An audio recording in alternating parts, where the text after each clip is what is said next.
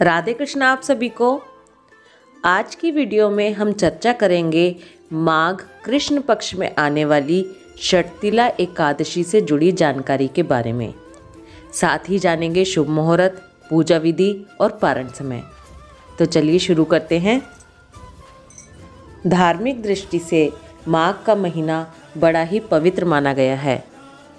एकादशी व्रत को सभी व्रतों में श्रेष्ठ माना गया है। शास्त्रों में हर एकादशी का अपना अलग महत्व बताया गया है, लेकिन शास्त्रों में षटतिला एकादशी के व्रत का कुछ अलग ही महत्व है। षटतिला एकादशी के व्रत से घर में सुख शांति का वास होता है। व्रत रहने वाले को जीवन के सभी सुख प्राप्त होते हैं। कहा जाता है कि व्यक्ति को जितना पुण्य कन्यादान और हजारों सालों की तपस्या और स्वर्ण दान से मिलता है, उतना ही पुण्य षटतिला एकादशी का व्रत रखने से मिलता है। अंत में मनुष्य मोक्ष की ओर अग्रसर होता है। एकादशी के दिन भगवान विष्णु की पूजा की जाती है। षटतिला एकादशी का व्रत करने से व्यक्ति के सभी पापों का नाश हो जाता है। साथ ही व्यक्ति को पृथ्वी लोक पर सभी सुखों की प्राप्ति होती है। इस एकादशी को पाप हारिणी एकादशी भी कहा जाता है। षटतिला एकादशी के दिन भगवान विष्णु की तिलों के साथ पूजा की जाती है। भगवान विष्णु को तिल से बनी खिचड़ी का भोग लगाया जाता है। जैसा कि इसके नाम से ही स्पष्ट है, षटतिला का अर्थ है 6 तरह से तिल का उपयोग। इस पूजा में तिलों का 6 तरह से उपयोग किया जाता है और तिलों का उपयोग करना बहुत ही फलदायी बताया गया है। जैसा कि मैंने आपको अपनी पहली वीडियो में भी बताया था कि तिल धरती पर आने वाला सबसे पहला आहार था। माघ मास में तिलों का बहुत ही महत्व होता है। षटतिला एकादशी के दिन तिल के जल से स्नान, पिसे हुए तिल का उपटन लगाना, तिलों का हवन करना, तिल मिला हुआ जल पीना, तिलों का दान करना, तिलों से मिठाई और भोजन बनाना और खाना, ये सब किया जाता है। इस दिन तिल का दान करने से पापों का नाश होता है और भगवान विष्णु की विशेष कृपा प्राप्त होती है। कहा जाता है कि इस दिन तिलों का दान करने से स्वर्ग की प्राप्ति होती है। कहा जाता है कि जितने तिलों का दान किया जाता है उतने ही सालों तक स्वर्ग में वास मिलता है। इस दिन जो लोग व्रत नहीं भी कर सकते, उनके लिए जितना संभव हो तिल का उपयोग करें। तिल खाएं, तिल मिला हुआ जल पिएं, तिल का उपटन लगाकर स्नान करें और तिलों का दान भी करें। और अगर इतना करना भी संभव ना हो तो सिर्फ तिल इस शब्द का ही उच्चारण करें, तो भी सभी पाप कर्मों के अशुभ प्रभाव से मुक्ति मिलती है। धार्मिक कार्यों में तिलों का जितना महत्व बताया गया है, उतना ही तिलों को स्वास्थ्यवर्धक भी बताया गया है। तिल बहुत ही स्वास्थ्यवर्धक होते हैं, सर्दियों में बहुत ही फायदा करते हैं। कहा जाता है कि तिल खाने से रोगों से मुक्ति मिलती है और आयु बढ़ती है। इस बार की एकादशी आयु वर्धक ध्रुव योग में आ रही है, इसलिए तिलों का महत्व और भी अधिक बढ़ जाता है। अब हम जानते हैं साल 2022 में षटतिला एकादशी कब आ रही है। षटतिला एकादशी शुरू हो रही है 28 जनवरी अर्ली मॉर्निंग सुबह 2:16 पर और एकादशी तिथि समाप्त हो रही है 28 जनवरी रात 11:35 पर। क्योंकि उदया तिथि ही मान्य होती है, इसलिए षटतिला एकादशी का व्रत 28 जनवरी को रखा जाएगा। बांके बिहारी जी वृंदावन, खाटू श्याम जी सीकर और सभी जगह इसी दिन षटतिला एकादशी मनाई जाएगी। अब पूजा विधि की बात कर लेते हैं। षटतिला एकादशी का व्रत भी जैसे सभी एकादशियों का रखा जाता है, उसकी विधि भी उसी तरह होती है, लेकिन कुछ पॉइंट्स क्योंकि तिलों का हमें उपयोग करना है इसलिए मैं आपको बता देती हूँ। एकादशी व्रत के नियम दशमी तिथि से ही शुरू हो जाते हैं। 27 जनवरी को दशमी मनाई जाएगी। दशमी के दिन सूरज छिपने से पहले हम लोग खाना खा लेंगे, उसके बाद हम लोग कुछ नहीं लेंगे। 28 जनवरी यानी कि षटतिला एकादशी का दिन। माघ मास में सूर्य उदय से पहले उठकर स्नान करना बहुत ही अच्छा बताया गया है।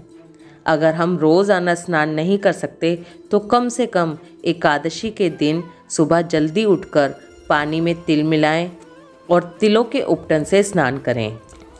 तिल का उपटन आसानी से घर पे कैसे बनाया जा सकता है, इसकी वीडियो ऑलरेडी हमारे चैनल पर है, जिसका लिंक मैंने डिस्क्रिप्शन में दिया है। स्नान करने के बाद पूरे घर में गंगा जल के छींटे लगाएंगे। खुद भी साफ और स्वच्छ वस्त्र पहनकर तैयार हो जाएंगे। कोशिश करें कि व्रत वाले दिन नीले और काले कपड़े ना पहने। इसके बाद पूजा की तैयारी करेंगे। अपने लड्डू गोपाल, शालिग्राम जी या जो भी सेवित श्री विग्रह आपके पास हैं, उनको पंचामृत से स्नान कराएंगे। क्योंकि षटतिला एकादशी है, इसलिए पंचामृत में तिल ज़रूर मिलाएंगे।